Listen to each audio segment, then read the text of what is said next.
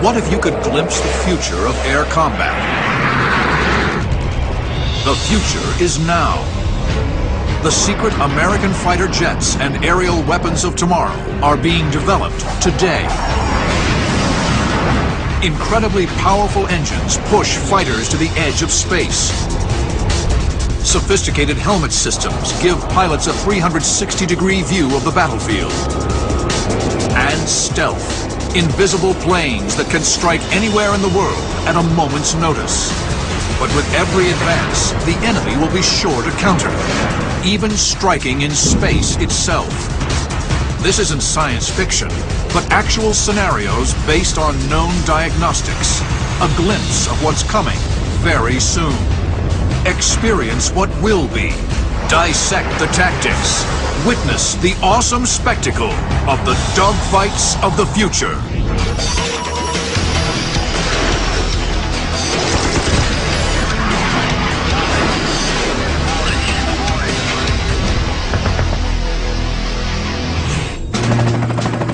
June 20th, 2016. A United States Coast Guard air rescue helicopter races into hostile territory. America's military is on high alert. A civilian aircraft has been shot down by a foreign power, and a rescue effort must be mounted. To provide air cover, the Air Force scrambles a flight of 4 aircraft. F-22 Raptors, the most formidable fighter aircraft ever constructed.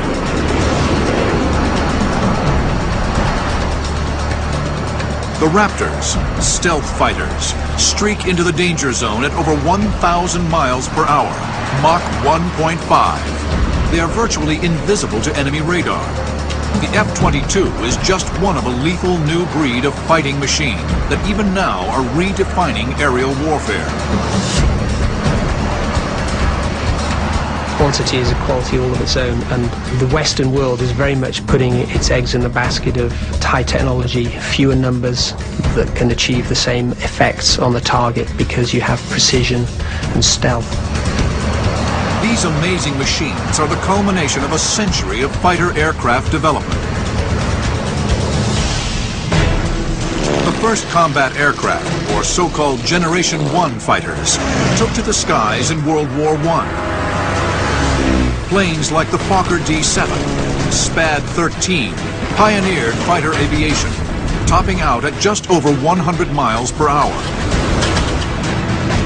Generation 1 reaches its apex in World War II. Planes like the P-51 Mustang and German Bf-109 could fly and fight at well over 400 miles per hour.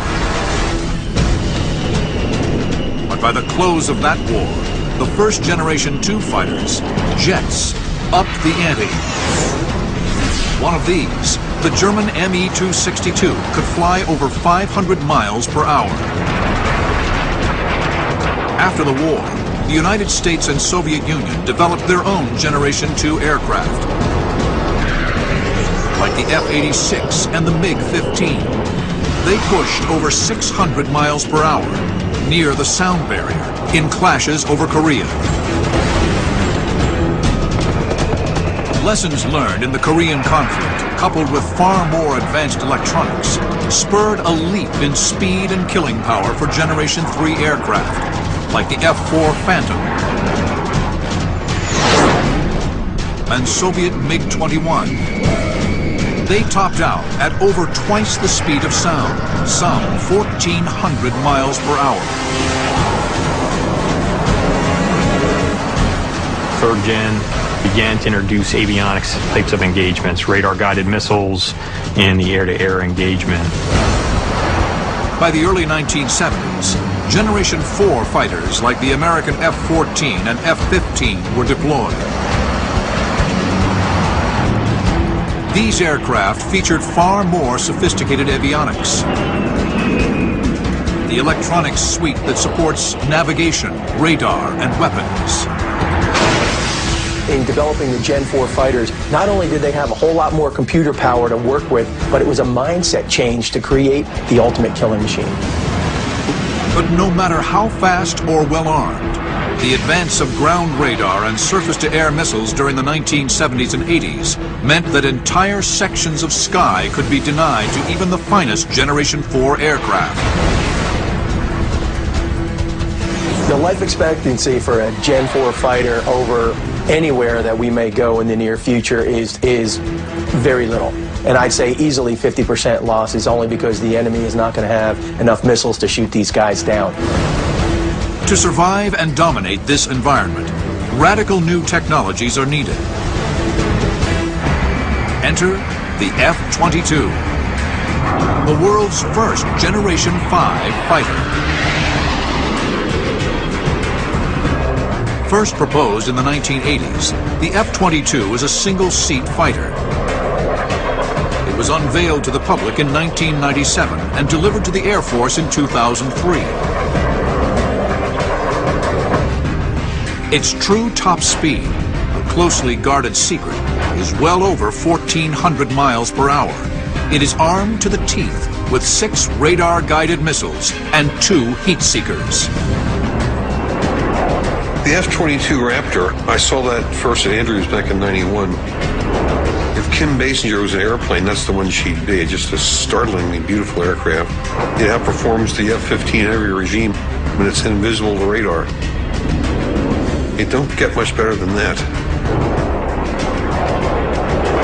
Initially, when the jet was conceptually designed, it was always meant to be an air-to-air fighter, because it was supposed to replace the F-15C, and that jet's main role in mission in the Air Force was an air superiority platform. Now, a flight of F-22s will employ a startling array of high technology in a hypothetical future combat scenario. 4 Raptors race to provide cover for an air rescue unit. The Raptors speed in with aid of an advanced engine capable of super cruise, a revolutionary technology introduced in the F-22 that allows it to fly extremely fast while conserving fuel. Super Cruise utilizes a powerful Pratt & Whitney F-119 PW100 engine and sleek aerodynamics to allow the F-22 to fly faster than the speed of sound for long periods of time without aid of an afterburner. I can cover a whole lot more territory at Mach 1.5 than I can cover at 0.9 Mach. When I don't have to use afterburner to achieve that altitude and that airspeed, it allows me to stay up there longer, so I'm not wasting all my gas and I have a little bit more endurance. The Raptors arrive on station just as the Coast Guard begins the rescue.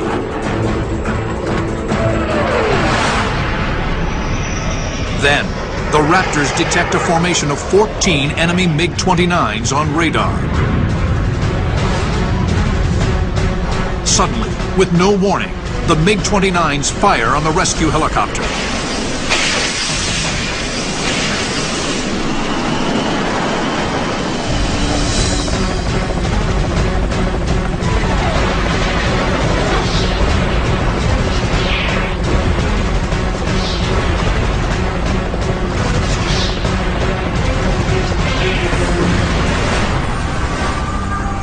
As the rescue helicopter's frantic radio calls fall silent,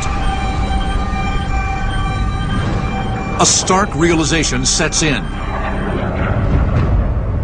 The F-22 Raptor is now in a shooting war. They are outnumbered 3-1. It's time to prove that the Raptor's technology really will make up for numbers.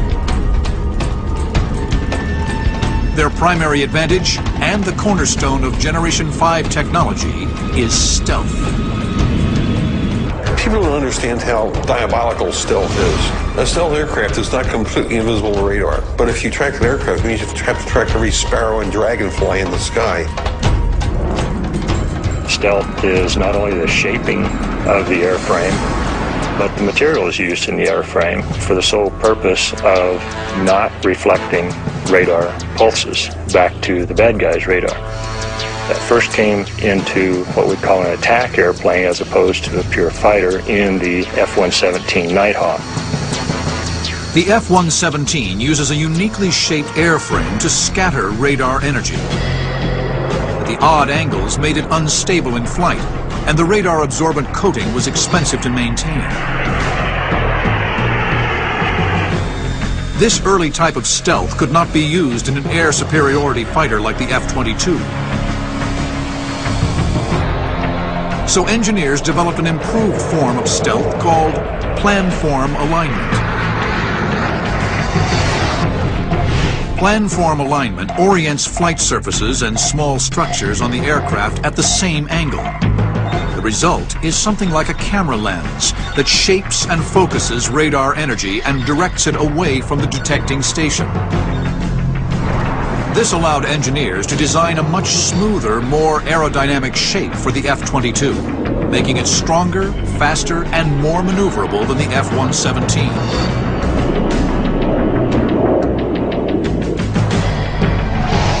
In this modern era of stealth combat, there are two types of fighters: stealth fighters and targets. Now, witness how stealth will change the future of aerial warfare as a single flight of 4 Raptors engages a formation of 14 MiG-29s. The F-22s are invisible to the enemy. They can pick where and when to begin the fight. Any other 4th generation fighter aircraft in the world, for the most part, what they're going to see when they're being targeted by a flight of Raptors is nothing. The Raptors obtain lock and fire.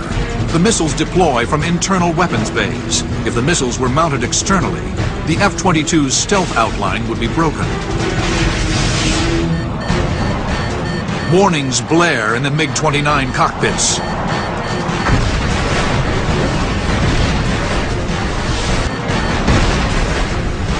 The bad guys won't know they're in a fight until airplanes start blowing up, which is kind of a tough way to learn that lesson.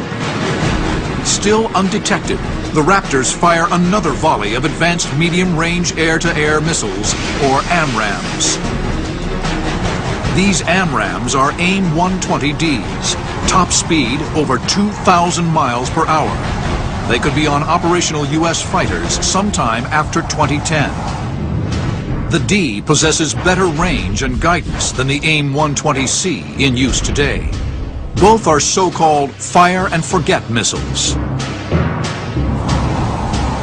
Once it is halfway to the target, the missile's onboard radar takes over to guide the 45-pound high-explosive warhead to impact. So what that basically allows us the capability to do is designate a target, and once its own radar acquires a target, then it allows us in the cockpit to basically forget about that missile. The MiG-29s take evasive action, deploying chaff to confuse the missile's homing radar. Some manage to cheat death, but in the end, 8 are destroyed or damaged. The rest retreat to friendly airspace. The engagement typifies the strengths of the F-22 in a dogfight of the future. What does 5th generation give you, 4th generation doesn't? You'll know where the other guy is. You'll know what he can do. You'll know he can't reach you and you can reach him. You'll always engage from an advantage, and the advantage is tremendous. But just as the Americans believe the fight is won, an ominous signature appears on long-range radar. Nearly 150 miles to the east,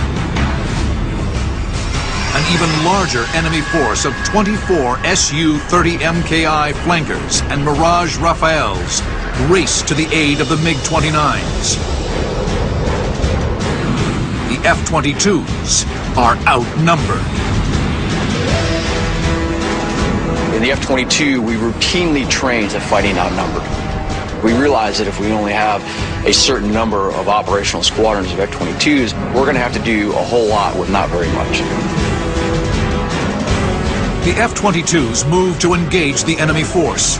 Their only hope of surviving against these overwhelming numbers will be a secret future weapon, one few today have heard of, capable of astounding destruction.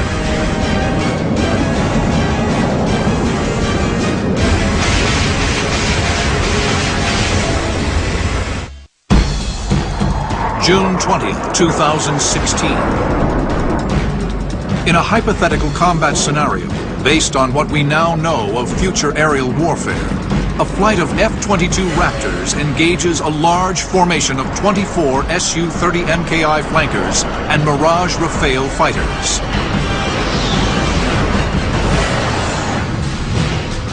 Aircraft like the Russian-built Su-30 and French-built Rafale are widely exported and easily obtained by nations looking to build an air force quickly. They are advanced Generation 4 fighters, the most likely opponents for the F-22 in the next decade. The Raptors are heavily outnumbered, but virtually invisible to radar, and at a safe distance of 80 miles away. As they sort through incoming data and develop a plan, they are aided by the F-22's sensor fusion, or integrated avionics, a technology that no other fighter possesses. Previous generations of fighters, like the F-15, separated avionics into individual systems, requiring the pilot to interface with several different panels spread throughout the cockpit. But the F-22 integrates all of these systems into one unified interface, all at the pilot's fingertips via 3 liquid crystal displays in the cockpit. What pilots don't lack for is data. What they need is information. And sensor fusion gives them information instead of just lots of data from different sensors. With this, the pilot spends less time monitoring basic systems and more time making combat decisions. It creates an outstanding situational awareness picture for the pilot. You see the bad guy farther away, he doesn't see you. And then you get the first look, first shot, first kill. And the more of those that you can do before he even knows you're in the area, the war can be over very quickly. Between them, the F-22s only have 12 missiles left. They'll need more firepower to engage the huge enemy formation in front of them. They enlist the help of a pair of nearby B-1Rs.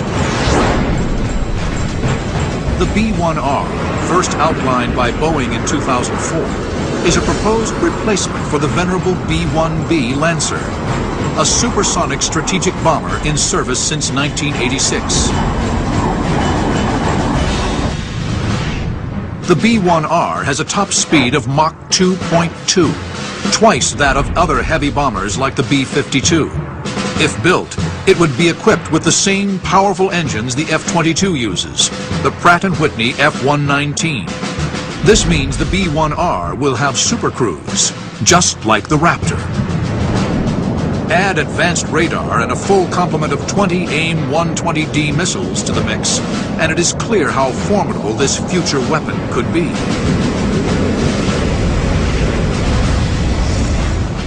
Let's say we have a Raptor that's able to detect, localize, and fix an enemy aircraft. Transmit that information back to a command and control circuit or to the bomb truck or the missile truck itself.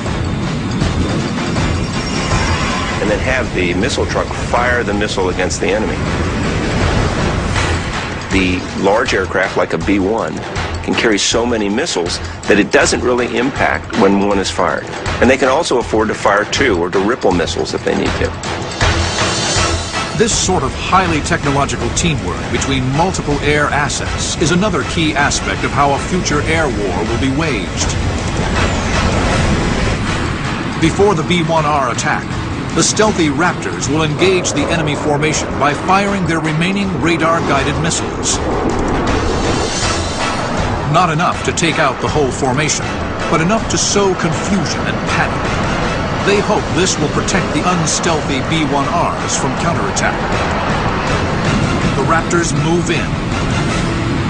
A complete radar portrait of the enemy force is drawn from sensors all over the F-22. Even the skin of the plane itself is a sensor, called the Distributed Aperture System. What that is on each of the aircraft's skin, along the wings, there's thousands of tiny little receivers, passive receivers, that can take in signals intelligence. These are very good for missile warning. They give you a very good idea of what's coming at you. The F-22s fire their remaining AMRAAMs. All that's left in their weapons bays are close-range, heat-seeking missiles. The volley tracks the enemy formation, boring in on their mark at over 2,400 miles per hour. At this speed, it takes just 7 seconds for the missiles to cover the final 5 miles to the target. All of a sudden, the bad guy's flight starts falling apart. Everybody's scrambling, try to get away from the missiles. Chaff, flares, whatever it takes. Then, the Americans complete their 1-2 punch. Like a team of Special Forces soldiers deep in enemy territory, the F-22s, still undetected, relay targeting coordinates to the B-1Rs via a secure broadband data link. They ripple fire missile after missile from the AMRAAM's maximum effective range of 120 miles. It's a 21st century version of the Archer's fusillade in medieval combat. Missile warning radar in the enemy cockpits once again raises the alarm, but to no avail. The enemy is too disorganized from the Raptor attack to effectively counter.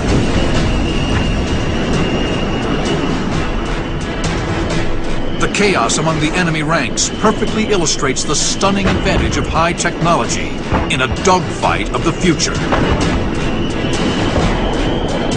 Can you imagine what that would do to a command and control cycle when all of a sudden your aircraft are disappearing from missile shots and you have no idea where the targeting is coming from?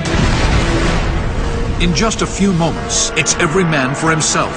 Radio chatter is intense as the enemy tries to determine who is alive and who is dead. But among the confused and scattered formation, a handful of pilots flying French Rafales managed to survive the storm of AMRAAMs from the B-1Rs.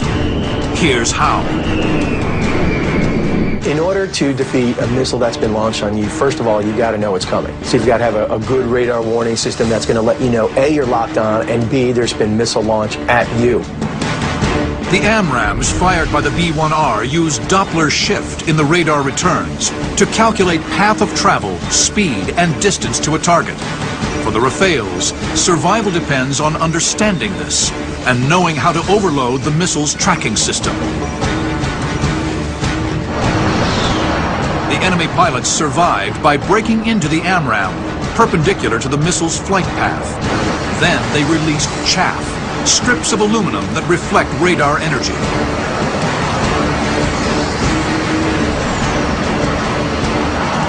If you go past 90, 110, 120 degrees and dive for the deck, there is not a missile that is going to be able to track you down.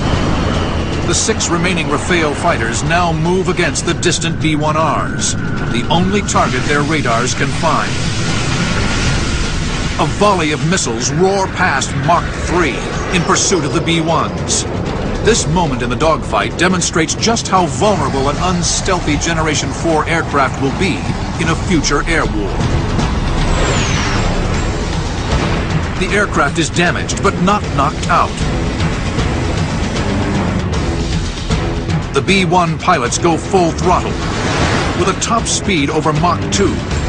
They're fast, but not fast enough to outrun a Rafale in full afterburner. Their hopes rest on the dogfighting prowess of the F-22s, who move in to engage the enemy within visual range. This battle will be decided up close and personal, with the F-22s in full sight of the enemy. It is the year 2016. In a hypothetical scenario, 2 American B-1Rs were just attacked by enemy Rafales.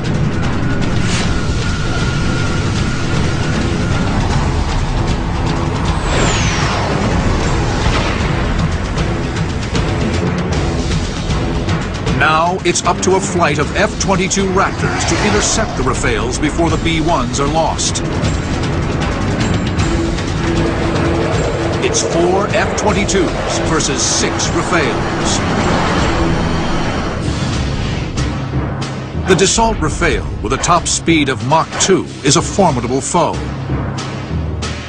Though Though it is not stealth, the Rafale possesses a reduced radar cross-section, the details of which remain classified.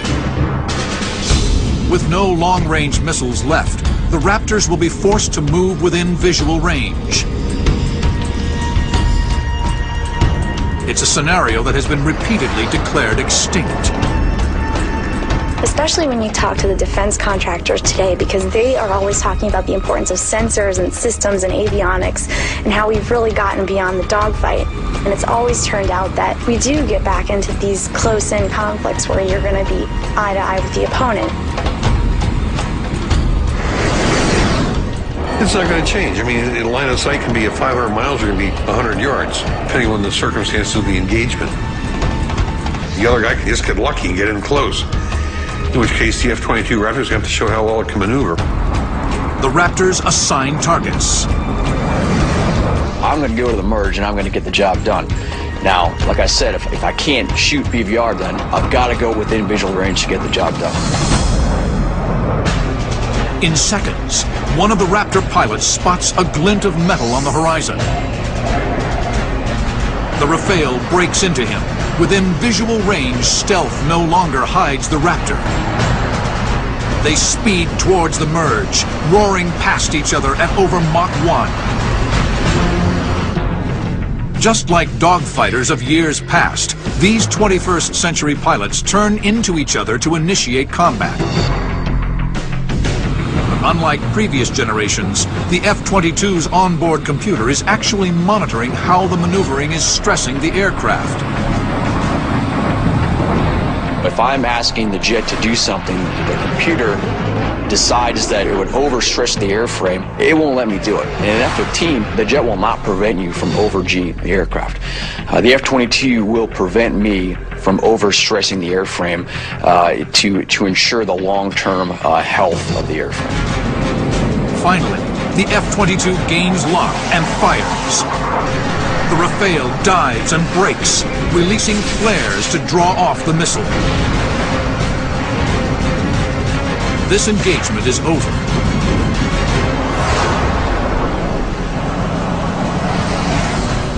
But 3 miles away, another Raptor battle is just beginning.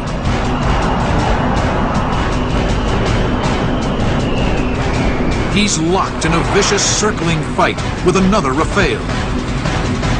This F-22 pilot uses an advanced maneuvering technology called thrust vectoring to gain the advantage on his enemy.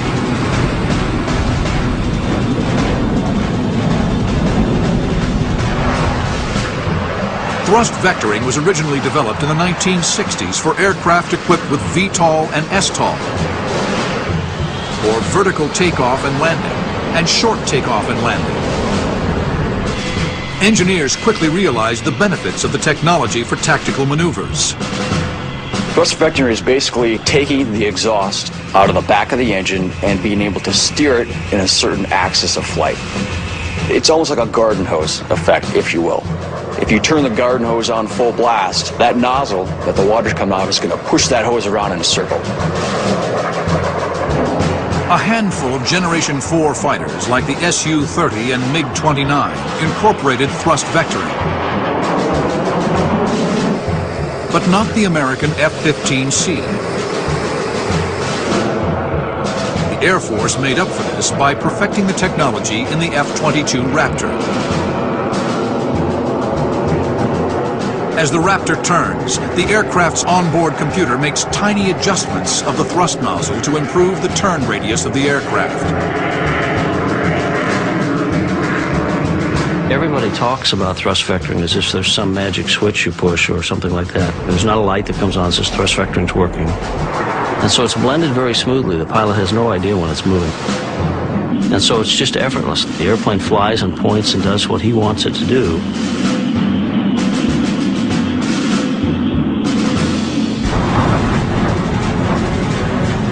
Thrust vectoring seamlessly allows the Raptor pilot to turn tighter circles while maintaining airspeed. Soon, he's in position on his enemy's tail.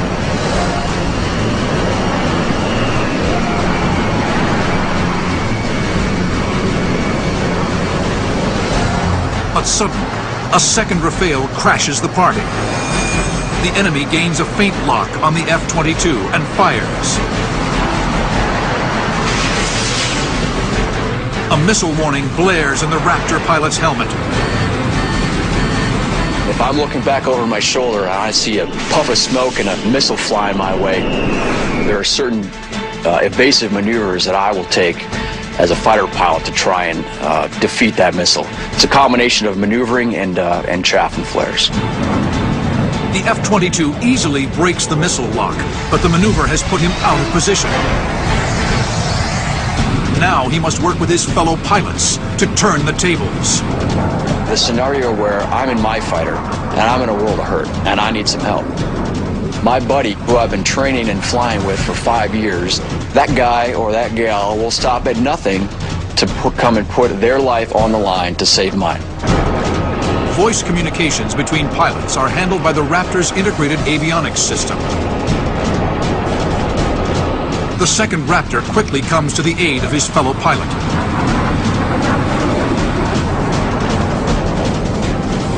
It takes years of training and being exposed to different scenarios and figuring out how you're going to handle those scenarios and still come away alive and having achieved your tactical objectives.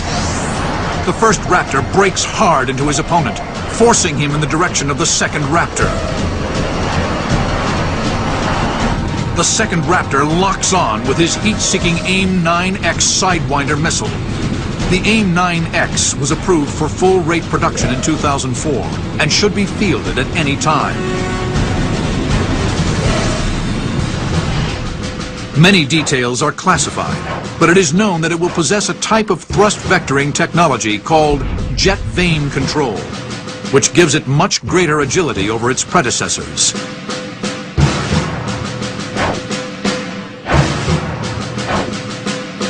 The AIM-9X can also lock onto targets up to 60 degrees angled off its nose, known as an off-bore sight shot. The F-22 easily gains lock and fires. The Rafale is obliterated.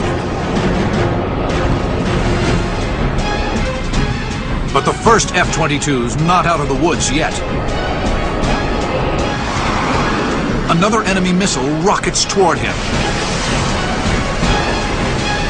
He brakes, releasing flares. The missile lock is broken, but the enemy is still on his tail. He must do something drastic. The American will perform a dazzling maneuver called Pugachev's Cobra, named for a Russian test pilot who first performed it. He'll use thrust vectoring to force his tail down and his nose up. His airspeed will plummet, forcing the Rafale out in front of him.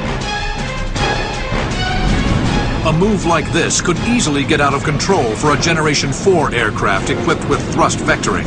But the Raptor's computer-aided flight systems will ensure the pilot stays in command. The Raptor pilot pops his nose up. His airspeed drops.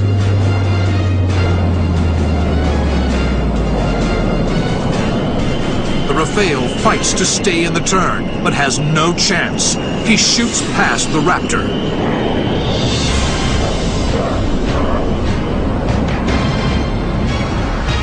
The move demonstrates perfectly how pilots of the future will use technology to exert far greater control over their aircraft. Everything he does is completely under control. He's controlling every motion. None of it's ballistic. He can stop those things at any point he wants and turn it around and go the other way. The Raptor gains lock and fires a Sidewinder. The missile hits home.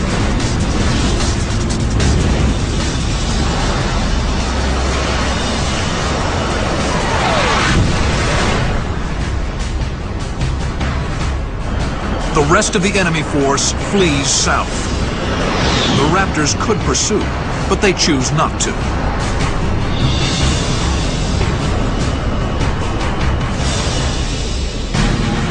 In air-to-air combat, the United States Air Force believes the F-22 will remain dominant for at least the next 20 years.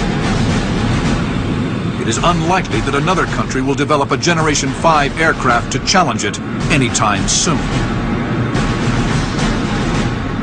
Why haven't they built them? Well, because it's hard.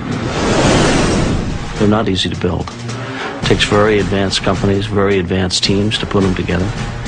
It is attention to every detail. The F-22 may have control of the air, but historically the greatest threat to a fighter pilot comes from the ground. The greatest threat now to really any of our platforms is that very highly sophisticated and integrated air defense system. Americans have already encountered integrated air defense systems over Bosnia and Iraq. An IADS can be implemented much more readily than a top-of-the-line Air Force, which requires billions of dollars and a top-tier pilot training program. An IADS, composed mainly of radar networks and surface-to-air missiles, have been the main line of defense in most Middle Eastern countries for decades. Those are the systems that can find you, potentially, and track you and launch on you from 100 miles away. That is a pretty impressive brick wall that a country can put up if they don't want you to come into their territory. So you've got to find new ways to get up to that wall and knock the thing down. In the future, these radar stations will be harder to find and destroy. Surface-to-air missiles will be longer range and more accurate. A strike mission against any country equipped with an advanced IADS will put the pilot of a Generation 5 fighter to the ultimate test. July 22nd, 2019. In a hypothetical combat scenario, a joint strike force of American and British planes soar over the Caspian Sea.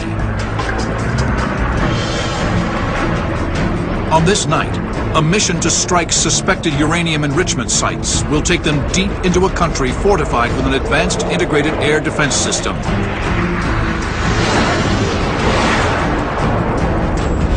At the tip of the spear will be a formation of 4 F-22s escorting 12 F-35 Lightnings, the Joint Strike Fighter. The F-35 began its development process in 1996. The design mandate called for a versatile aircraft that could smoothly move between ground attack and air superiority roles.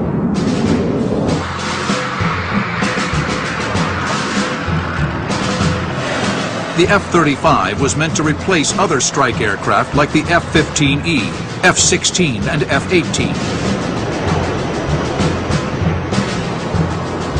It is hoped it will be the world's premier strike aircraft for the next 30 years. The only airplane out there that the F-35 is going to have any trouble with, would even be parity with it, would be the Raptor. Nobody else will be close.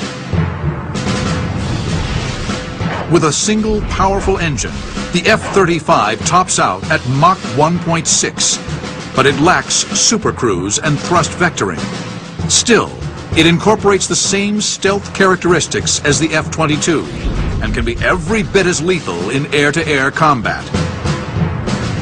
F-35 is more optimized for both the air-to-air and air-to-ground kind of role that it's involved in. A little less maneuverable than an F-22, but certainly comparable to all the fourth-gen aircraft. It is a single-engine fighter, carries about 18,000 pounds of gas on it, so it will be able to fly at very, very significant ranges on a single engine.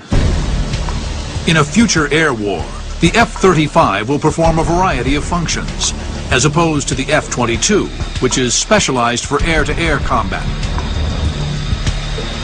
The F-35's airframe is easily and cheaply adapted for many types of missions. Variants are already being built. One is an Air Force mission from fixed base.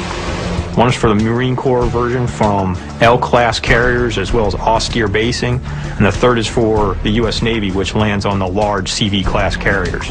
It's going to be a very, very interesting change to aerial combat when you have stealth fighters deployed from ships where the enemy really doesn't know where they are. So you think about a 600-mile radius based anywhere around the globe that's 70% water, really is a game-changing kind of aircraft. The F-35 as well as the F-22 use an incredibly powerful radar called Active Electronically Scanned Array, or AESA radar. AESA is another key technological advantage that Generation 5 aircraft will have in a dogfight of the future. It can stare at a very wide picture and give you a very good sense of what your targets are both on the air and in the ground. It's a very big improvement over previous radars, which were mechanically scanned, meaning that they had to move back and forth, and they did it much slower, and so the pilot didn't have as clear or as instantaneous as a picture as he would today with the newer AESA radar. Looming before the strikers is a formidable electronic fortress. The IADS of the next 10 years will be incredibly lethal. Surface-to-air missiles will carry on-board radar, essentially becoming fire-and-forget weapons, unlike their predecessors, which were controlled from the ground. Radar systems will become smaller and more mobile, making them harder to locate and destroy. So the first wave of an attack would probably involve your very stealthy vehicles. Why would you use these in the first wave? Because stealth, in essence, shrinks the view of the bad guy's air defense system. The search and targeting radars in an IADS create a virtual picket fence. But the initial strike force of stealth attackers will slip through the gaps in that fence, positioned to destroy the defenses. One of the things we want to do is create a corridor or a safe entry point and exit point for our strikers to go in and to deliver that desired weapon. One of the ways we'll do that is by taking down the enemy defenses systematically. The F-35s and F-22s pierce the radar net undetected. But as the strike force steals in, another formation of friendly aircraft enters the area. Immediately, targeting radars across the IADS switch on. But the formation isn't what it appears to be. It's a diversionary force of 8 MQ-9 Reapers, Unmanned Combat Aerial Vehicles, or UCAVs. For the unmanned combat air vehicles, the potential is virtually limitless. It's only limited by what kind of imagination we can apply to their capability. Early UCAVs, like the MQ-1 Predator, were used to great effect in Iraq and Afghanistan. But a successor to the MQ-1 was already in the works. Operational versions of the MQ-9 Reaper were first delivered to the Air Force in 2007. The Reapers have a single prop engine in the back that can carry them up to 1,000 miles from their launch site at speeds of 300 miles per hour. If nothing else, we know that one of the reasons people are intrigued in this technology is UCAVs, UAVs, they don't have mothers. So they are, in fact, not expendable, but able to mitigate risk. If you don't have to put a pilot into danger to accomplish a mission, that's good. You can afford to lose the platform, perhaps. Yeah, they're expensive, you don't want to lose it. But if they really have to go into a high-threat environment, a vicious air defense system, yeah, let the drones go in. For this reason, UCAVs will be an integral part of any future air campaign. The formation of MQ-9 Reapers trips the enemy's air defenses. Surface-to-air missile sites launch. A bevy of SA-23s race toward their targets at Mach 4.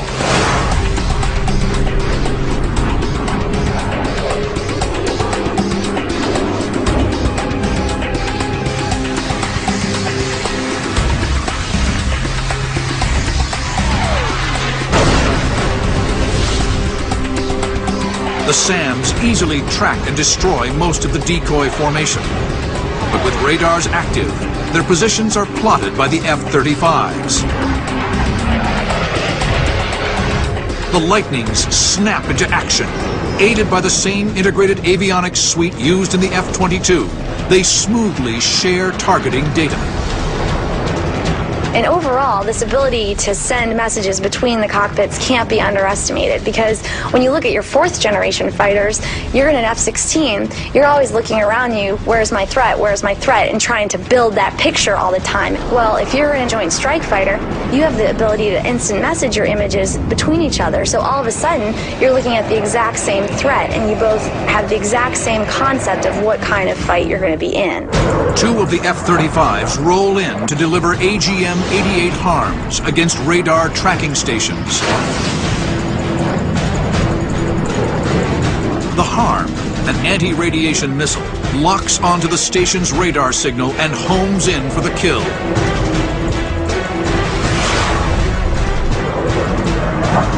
Two more F-35s fire on the SA-23 launch sites.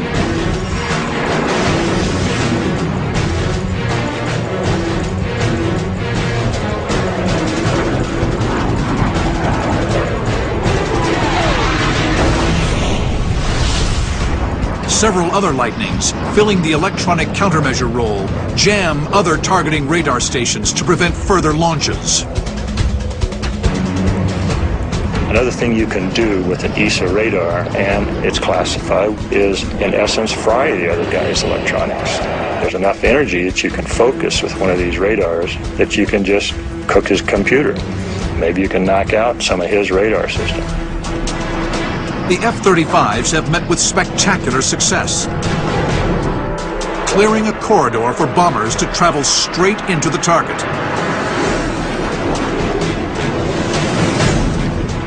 A pair of B-2 Spirits, the venerable stealth bomber, now enter the corridor on a final run-in. The F-35s maintain the corridor, but suddenly a new threat appears on their cockpit displays. They know their role must change quickly. The enemy has scrambled two separate formations of MiG-35 fighters. One is headed for the target area. The other moves in from the west. The Raptors can easily handle one formation. The Lightnings will be forced to deal with the second. The shadow boxing is over. The Lightning must now demonstrate that it isn't just a ground attack plane. It's a dogfighter as well. July 22nd, 2019. After devastating enemy surface-to-air missile sites, a flight of F-35 fighter bombers must now engage in air-to-air combat. 8 MiG-35s threaten the strike package from the west. The MiG-35 was first unveiled in 2007. The successor to the highly regarded MiG-29, the MiG-35 utilizes a thrust vectoring engine, AESA radar, and advanced avionics. Like the MiG-29, the Russian-built MiG-35 will be heavily marketed to foreign buyers. Although stealth aids the coalition forces, a pair of B-2 Spirits en route to the target area are still in danger. At close range, the enemy may be able to resolve even the low cross-section of a B-2. Probably the most wonderful thing you could have as a MiG pilot would be to see a big, large black Dorito chip flying at 0.7 Mach at 35,000 feet over your homeland, and saddle up for a guns kill at 500 yards behind it. Fortunately, the F-35s are up to the task of protecting the bombers. It is a swing-roll aeroplane in the sense that it can do both air-to-air and air-to-ground at the same time. It was designed to be that from the outset. It's got a lot of thrust, it's got a very low wing loading, it's very easy to fly. The F-35 pilots move into combat spread, careful not to engage the afterburner with its highly visible thermal trail. They seamlessly share targeting data and coordinate a long-range assault. Like the F-22, they are aided by an integrated avionics system that makes these tasks much easier than in previous generations of fighters. It's a lot like going from an old DOS operating system on an IBM PC in the 80s to a Macintosh, Windows, very intuitive kind of environment now. We have examples where you take brand new second lieutenants out of the Air Force and drop them in the simulator, and they hop in, they see where the targets are, they engage them in 20 or 30 minutes, and they hop out with a grin on their face saying, "Yo, when can I get myself one of these?" On the flight lead's command, missiles are deployed, again like the F-22 from internal weapons bays. The AMRAAMs race toward their targets. The MiG-35 use AESA radar to jam the missile's guidance. With hard maneuvering, they fight to break lock.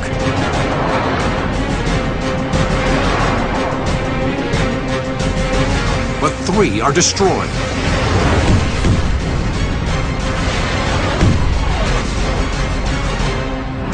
The F-35s monitor the attack from a safe distance. But for one pilot, the situation has changed. A missile has jammed in the bay door. This hypothetical illustrates that even in planes of the future, Murphy's Law is at work. The malfunction disrupts the stealth outline of the Lightning. In moments, his position is betrayed to every radar station in the area. The surviving MiGs move in to intercept. Surface-to-air missile sites track his every move. This pilot will have to use every advantage the F-35 has to get home alive, including a remarkable technology that gives him an unprecedented view of the nighttime battlefield. The helmet-mounted display. The helmet-mounted display, or HMD, is a technological marvel. First developed for advanced Generation 4 fighters like the French Rafale and the Eurofighter Typhoon in the 1980s and 90s, HMD will soon be a fighter pilot's primary tool when in combat. An American HMD has been designed for use in the F-35 and will be standard on the Lightning when it is deployed to operational units in 2010. I can't go into too much detail, but essentially in the F-35, the helmet-mounted display is the primary flight instrument. So here, the cockpit is very much designed to be secondary in some respects to the helmet. While previous fighters displayed navigation and targeting information on LCD screens or a heads-up displays, the HMD projects this information onto the pilot's visor. So without looking down at anything, he can look around and scan and see where the enemies are, where his wingmen are, and begin to just select and engage them without looking down at anything. The HMD integrates radar and infrared information to present a 360-degree view of the battlefield.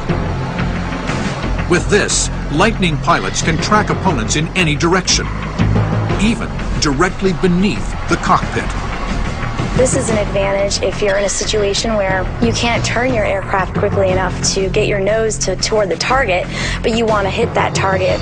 If you have a helmet-mounted display that can slave your weapons, then you're able to turn your head and shoot at that target before you even have a chance to get your nose on the target. We'll slowly get a picture of what's happening on the air and on the ground as well. We'll pick our way through those defenses in the best way that we can. Now, a lone F-35 pilot must use this incredible capability to beat the odds and make his way to safety. Projected on his HMD, he sees a missile launch warning. A MiG-35 has fired on him. The Lightning pilot first uses AESA radar to jam the missile. Previous generations of fighters needed completely separate jamming equipment. But AESA higher processing power allows it to track multiple targets and jam others all at the same time. The F-35's next move is to orient the top side of his aircraft to the missile. This part of the plane is still stealthy. The missile loses lock. Now he switches his display to night vision. Another task made very simple by the F-35's pilot-friendly interface. On the F-35, it's an 8 by 20 inch piece of glass. There are no switches in the cockpit.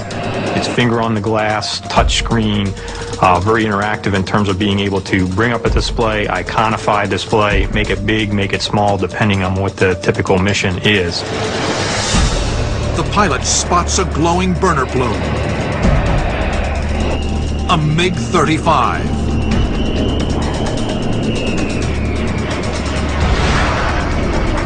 The Lightning pilot slaves his missiles to the HMD. The missile's seeker head will now work to obtain lock on anything the pilot looks at. Just a glance, and the enemy's fate is sealed. But simultaneously, a SAM launch warning is projected onto the Lightning pilot's HMD. Again, he jams the missile and maneuvers against it. The HMD allows him to track the missile on its intercept course. But then another warning breaks the pilot's concentration. A nearby MiG has managed to launch a heat-seeking Archer 11 missile. The Russian-built Archer 11 has been the standard heat-seeking missile for MiG fighters since 1985. Continued upgrades will make the Archer 11 a threat long into the future. These Archer 11 short-range missiles, which are supposed to be better than the AIM-9 Sidewinder, they don't get as confused by flares as, for example, the Sidewinder on the F-22. The Lightning turns into the missile and deploys flares, but the Archer is equipped with an onboard computer that can distinguish infrared countermeasures from an aircraft engine.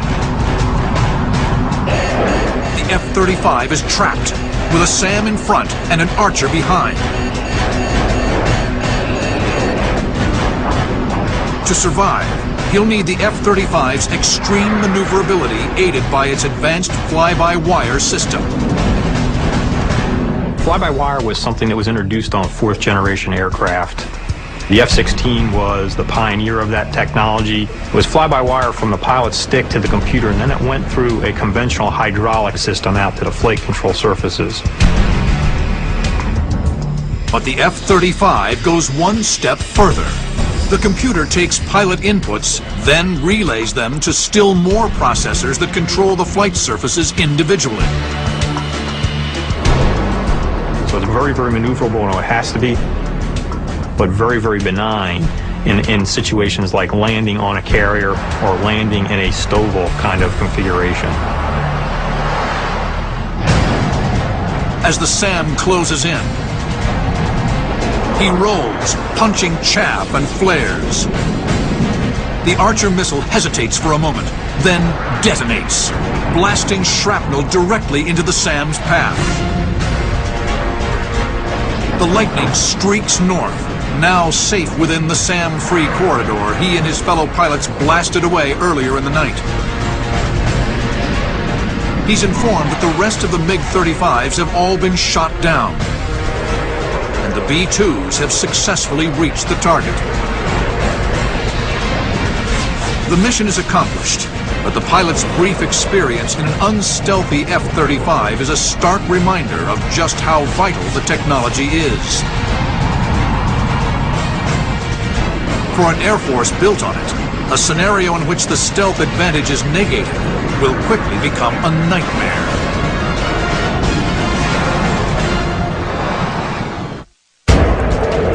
April 8th, 2027. In a hypothetical future combat scenario based on known diagnostics, a formation of 8 French-built Rafales flies a patrol over the Pacific Ocean. A flight of 4 American F-22 Raptors accompany them. even 20 years into the future, this remarkable aircraft is expected to remain the dominant air superiority fighter. I would say, based on all of the things I've read and all the things I've heard, we are at least a couple decades away from having to really face a significant or a viable fifth-generation threat. When that technology finally catches up to where the United States is today, guess what? The Raptor is going to evolve. The Raptor 2 decades from now, that some kid's going to be flying and I'm going to be sitting at my desk, is going to be nothing like the Raptor that's flying right now. It will kick the snot out of the Raptor today.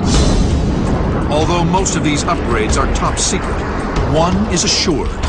By 2011, the U.S. military expects to add a helmet-mounted display to the Raptor's arsenal of high technology. At 10:42 a.m. local time, the Raptors detect an ominous signal on long-range radar. A flight of 18 Su-30s. An aircraft not flown by any allied nation. The enemy formation appears on the Raptor pilot's HMD. The Americans monitor their progress, relaying instructions to the unstealthy Rafales. At a range of 25 miles, the Su-30s fire on the Rafales. A salvo of long-range radar-guided missiles. They streak towards their target, covering 1 mile every 2 seconds. The Raptors' rules of engagement prevent them from intervening. They are forced to watch from the sidelines as 2 Rafales are destroyed.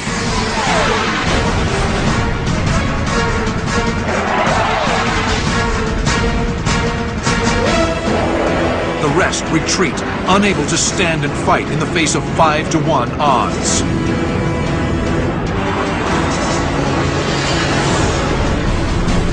Just then, the Americans are cleared to engage the MiG-35s in a novel way. The lead Raptor data links the coordinates of one of the enemy fighters to a 767 with a circular turret on its nose. The nodule contains a high-energy solid-state laser capable of vaporizing an enemy aircraft from a range of 90 miles. The aircraft is a platform for whatever weapon you want to put on it. We started off with a gun, we went to some rockets, then we went to guided missiles. And if a beam-type weapon, a directed energy weapon, is the next step, then it's logical to expect that we'll put that on as well. It sounds like science fiction, but defense contractors are already at work on weaponized lasers. The concept dates back to the 1980s and the Reagan administration's Strategic Defense Initiative, nicknamed Star Wars. These lasers were meant to target and destroy Soviet ICBMs. In recent years, this knowledge has been applied to the development of the airborne laser, or ABL. It's just a very large laser that's mounted in a Boeing 747 type aircraft, and it has the system such that it can acquire a target, primarily a missile, but it could be a fighter, and then fire a very powerful laser beam at that target and take it down. The ABL of today are bulky chemical oxygen iodine lasers designed as anti-ballistic missile weapons. Boeing and Northrop Grumman hope the first operational test of this ABL will occur in 2009.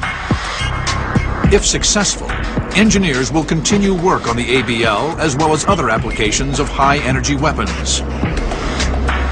It is hoped these lasers can be mounted on multiple platforms, aircraft, ships, even tanks. Pretty soon, we are going to have those weapons. And eventually, the first time they find out we're using them tactically is when they start disappearing off the screen and we haven't fired a shot as far as being a fighter jet. When such weapons reach the field, air combat will again be revolutionized. All a pilot will need is a coordinate, and with the press of a button, destruction at the speed of light. The Boeing, safely out of missile range 150 miles away, charges the laser and fires. The beam is in the infrared spectrum and is not visible to the naked eye. One of the lead Su-30s is vaporized. The effect of the weapon is slow to sink in for the enemy formation. No one is quite sure what happened. A second coordinate is relayed to the 767. Again, the laser fires.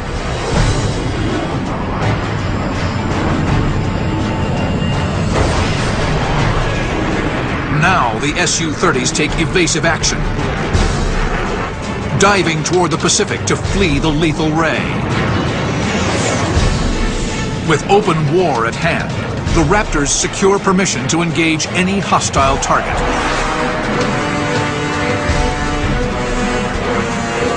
Then, the Raptors' missile alarm rings out. Despite their stealth, the F-22s are being actively tracked by several Mach 5 surface-to-air missiles. In an instant, the era of stealth has ended. April 8th, 2027. In a hypothetical combat scenario based on what military experts believe the future of air combat will be, a flight of 4 American F-22 Raptors have come under attack. A salvo of surface-to-air missiles are tracking them. They've locked onto the stealthy F-22s using low-frequency radar, a vulnerability of stealth technology exploited by the Serbs in Kosovo in 1999. During this conflict, an F-117 Nighthawk was lost to a surface-to-air missile that was modified to use low-frequency radar to lock onto targets. The drawback of this type of radar is the huge amount of clutter it detects. This is why no one else has been able to duplicate the feat. Though they say that low-frequency radar could possibly see stealth aircraft if it was computer-aided and they were able to clean up all the clutter and then actually focus in on a stealth aircraft. To say that's a viable option, sure, possibly. With the amount of computer power we have these days, that could possibly happen. But you still have to know exactly where in the sky to look for a stealth airplane. The Raptor pilots take immediate evasive action.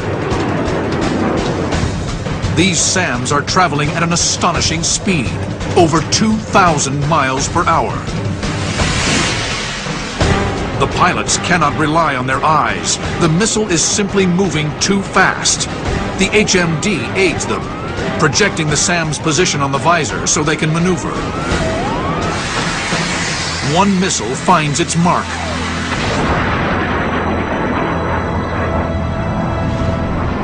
Hurling deadly shrapnel into the air like firing a shotgun the size of a telephone pole directly into the Raptor. The American is forced to punch out.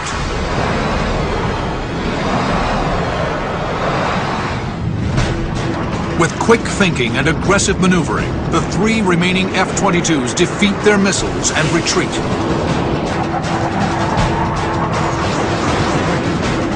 But as they withdraw, another warning blares.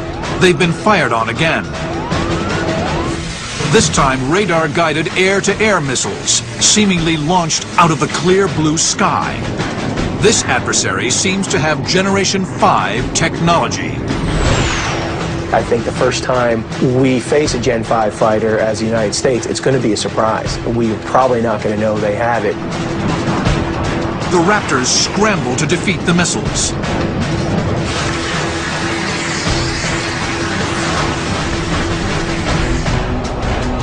Then they pick up several faint radar contacts. Enemy aircraft moving towards them at Mach 2.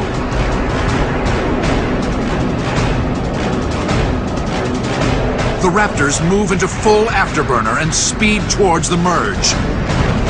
Efforts to gain a lock for an AMRAAM shot fail. Moments before they reach visual range, AWACS confirms the identities of the mystery planes. Russian-designed Sukhoi Su-47s.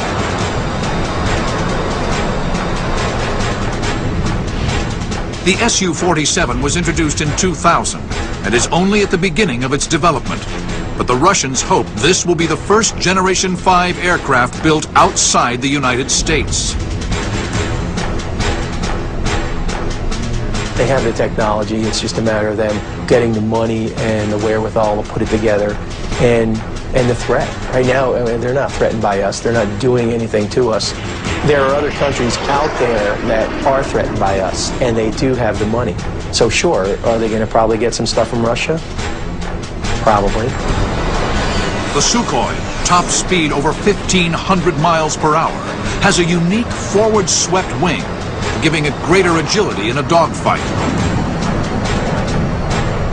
With thrust vectoring, advanced avionics, and AESA radar, the Su-47 will be a formidable adversary.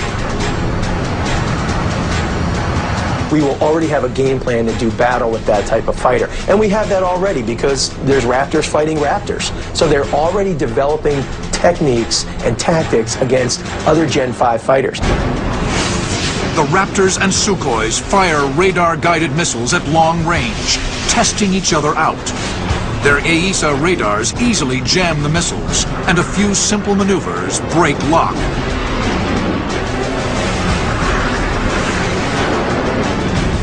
In this scenario, technology is a virtual wash. It's pilot versus pilot. One unlucky Raptor pilot attracts the attention of 3 Sukhois. No matter how high-tech the aircraft get, we are going to need to keep developing our dogfighting skills, because there can come that situation where you do get stuck in a phone booth with somebody, and if you don't dispatch with them quickly, the 4 or 5 other guys coming up at you will eventually get you. The Su-47s engage the F-22 at close range, firing heat-seeking missiles. The enemy pilots contain the fiercely maneuvering American F-22. Despite their best efforts, they can't knock the Raptor out. The West way of fighting is you allow the individual to assess the situation on site, and then he makes the determination, or she makes the determination, that this is the way I'm going to fight this battle. The American uses the F-22's spectacular maneuverability in close to gain position for a shot. In an instant, he swivels his head up. A Sukhoi's glowing red tailpipe blazes 50 degrees off his nose. His sidewinder locks.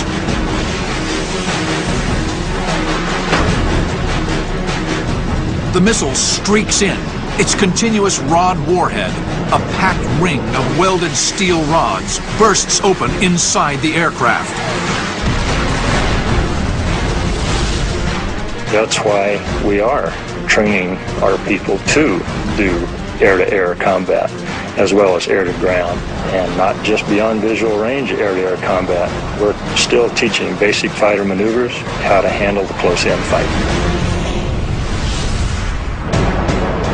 The Raptor quickly rolls and turns. The Sidewinder shot has improved the odds, but a quick check reveals he's now in a dangerous position, sandwiched between the 2 remaining Sukhois. Quickly, the American formulates a plan, one that harkens back to the golden age of dogfighting.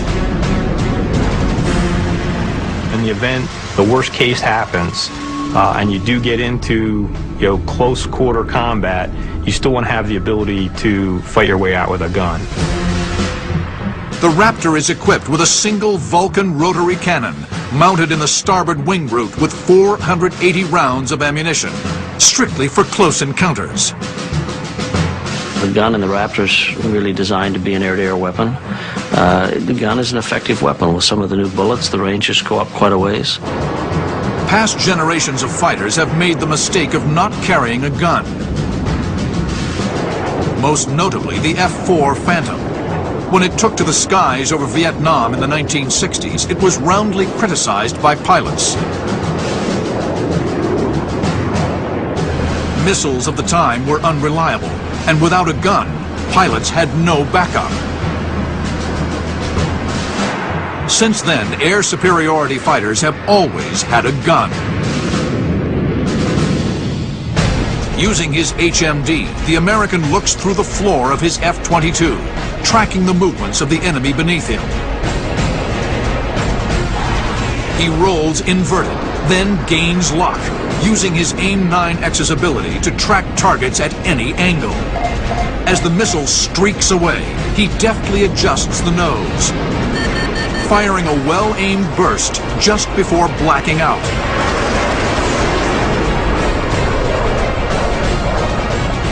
He comes to just in time to see the missile impact the first Sukhoi. Now alone, the American tries to re-establish contact with his fellow pilots. One other has survived the lopsided battle. 2 Raptors were lost in the engagement. The enemy, badly mauled, is in open retreat.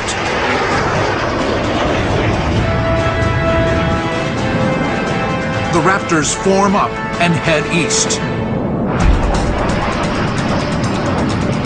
But as they retreat to safety, garbled transmissions begin trickling in. Command and control has clearly taken a hit. Then the Americans receive shocking news. In the opening moments of the war, a score of military and commercial satellites have been blinded.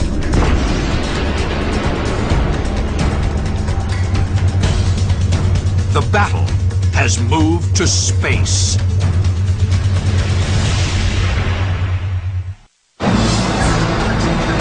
April 8th, 2027. War has broken out over the Pacific. In the opening moments, anti-satellite weapons are deployed aboard missiles launched from the surface. The final stage of the rocket carries a kinetic so-called hit-to-kill vehicle to a devastating collision with an American military satellite. The hit-to-kill concept is purposefully simple, since the kinetic energy of an object traveling 7 miles per second is more than enough to destroy a satellite. There is no need for more complex and expensive explosive warheads.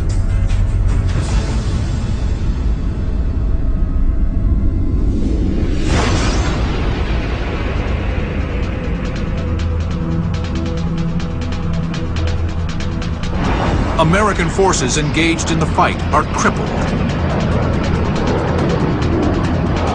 We are very satellite dependent. GPS is very important to almost everything we do tactically, to developing a big picture, to transmitting information back and forth from our command and control circuits. You've got a nation that wants to use anti-satellite technology to knock out that capability. Just talking in the military sense, we do rely on the spaceborne platforms for a lot of information: intelligence, surveillance, reconnaissance, communications, missile warning, navigation, and even weather. At present, no government publicly acknowledges the development of space weapons. But in February 2008, as a test, the U.S. shot down one of its own aging spy satellites. Seen here in the actual footage, a modified anti-aircraft missile was launched from a ship. The collision was designed to destroy the satellite's fuel tank full of toxic hydrazine. Upon impact, an explosion. The gathering vapor cloud indicated the mission was successful. This test was performed in response to a similar feat by the Chinese in 2007. To defense experts, this points to a clear desire to potentially project military power into space. Going clear back to winning the West days, the cavalry really wanted that high hill for observation purposes. Well, for many decades now, space has been the high ground. If you are an adversary knowing that that has become such a strength, maybe a dependency, therefore maybe a vulnerability, it is very possible, it's not unreasonable to think that an adversary might use space as a medium for denial as well. But satellites could also be disabled without destroying them. Powerful ground-based lasers could be employed, targeting the satellite's optics. Our satellites have experienced something they call dazzling. So lasers fired from the Earth into optical systems on our satellites can temporarily blind them or blind them permanently if they hit the right sensor in the optical system to where you burn it out or you just flash blind it. Just then, the Americans detect a fast-moving vehicle skipping through the upper atmosphere at Mach 18, 9 times faster than anything in the air today. They quickly identify the threat: a Russian-built scramjet, a hypersonic space plane capable of flying the length of the continental United States in 20 minutes. Luckily, the Americans have been working on similar technology and dispatched their own scramjet to intercept the enemy.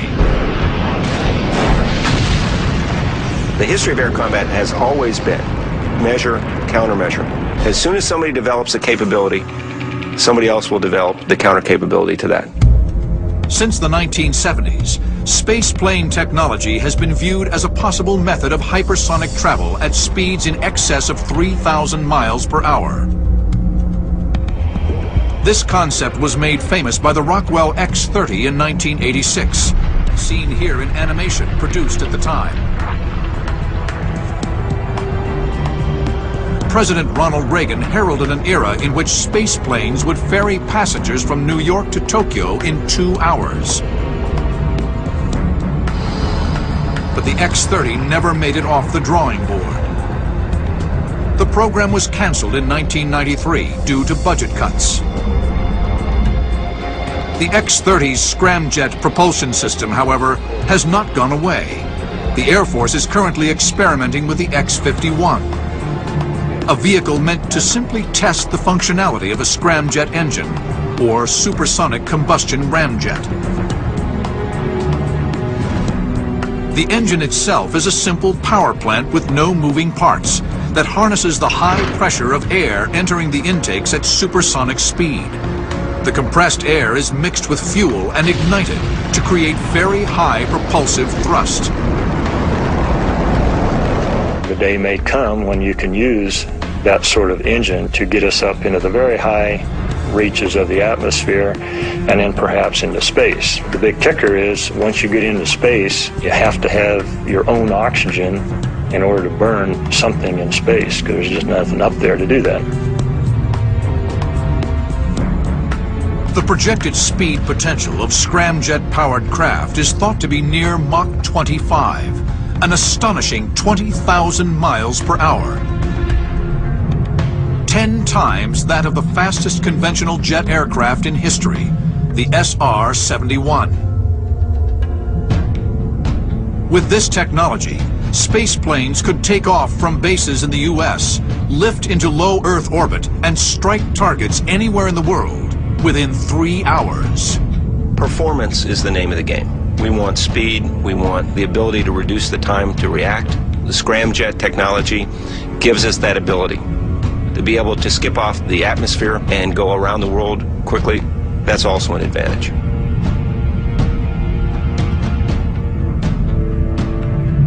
Both spacecraft accelerate, slipping free of Earth's atmosphere into orbit 100 miles above the surface. The American maneuvers within range of the enemy scramjet. Since conventional missiles are useless in the vacuum of space, the only armament the scramjets carry are beam weapons, high-energy lasers similar to those currently being researched for missile defense. The stage has been set. For the first time in history, 2 pilots will duel to the death at the very edge of space.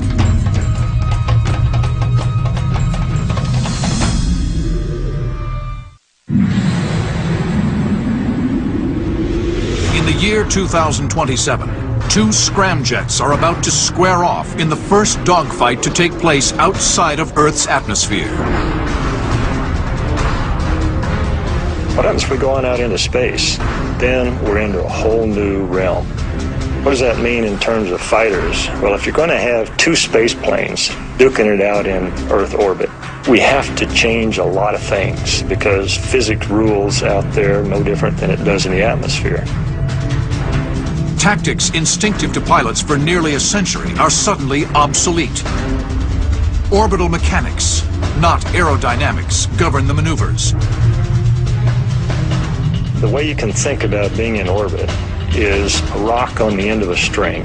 Because you move the rock fast enough, the string stays taut and the rock stays out there. If you quit swinging, the rock falls then. The same thing happens to a spacecraft. That if it slows down, it falls towards the Earth. The only way it stays in orbit is to maintain a minimum speed. If it speeds up, it'll go to a higher orbit. The American scramjet carefully maneuvers closer to his adversary. The jockeying for position in orbit is slow and deliberate, a far cry from the turn and burn dogfights of the first 100 years of aviation.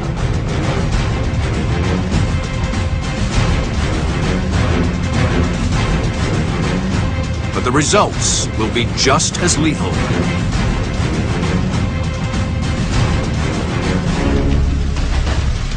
The Americans' only weapon is a high-energy laser, the most plausible weapon for a space plane to use. Recoil from conventional weapons like guns or missiles would drastically affect the scramjet's position in orbit. The American finally positions himself for a shot. The laser charges. He fires. The invisible beam arcs out, boring through the enemy scramjet's engine. The laser is not strong enough to burn through its tough outer hull, but it doesn't need to. As the scramjet decelerates, he drops into the atmosphere. The friction of re-entry superheats the aircraft. The tiny surface damage near the scramjet's engine cracks and opens. Soon, the entire vehicle breaks apart.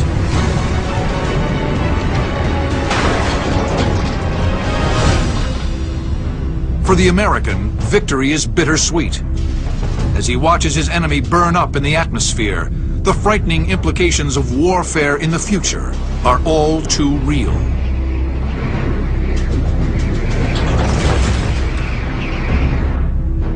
From here to the very edge of space, to the traditional dogfight taking place in Earth's atmosphere, the nature of air combat has changed.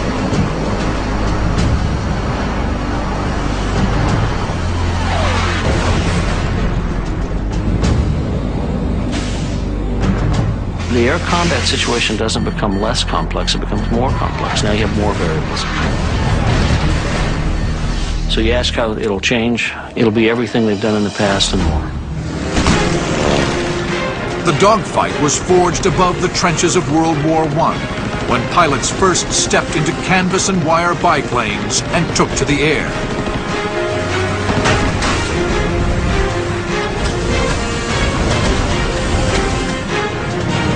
Its golden age came 30 years later, when incredible, powerful piston-driven fighters clashed over Europe and the Pacific.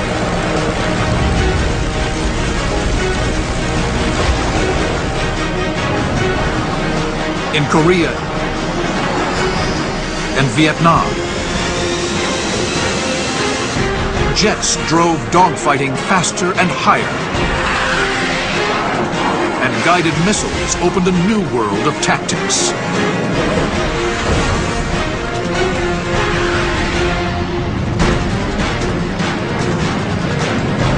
The modern age of air combat has seen astonishing leaps in technology.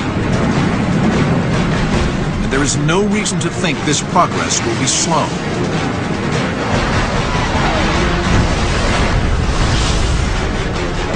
But in battles waged higher and faster, in ever more complex machines, the courage and savvy of the fighter pilot is one thing that will never become obsolete. Regardless of the degree of autonomy, regardless of the degree of sophistication in networks and architectures, a pilot is still a pilot. There will always be a need to fly aircraft aggressively and capably against other aircraft. And there will be dogfights in the future. It's guaranteed. Exactly how long they will last, who they'll be with, what the outcomes will be, those are all up to the participants. And the pilots of the future may not look and may not think exactly the way I did, but they will adapt. I am very confident.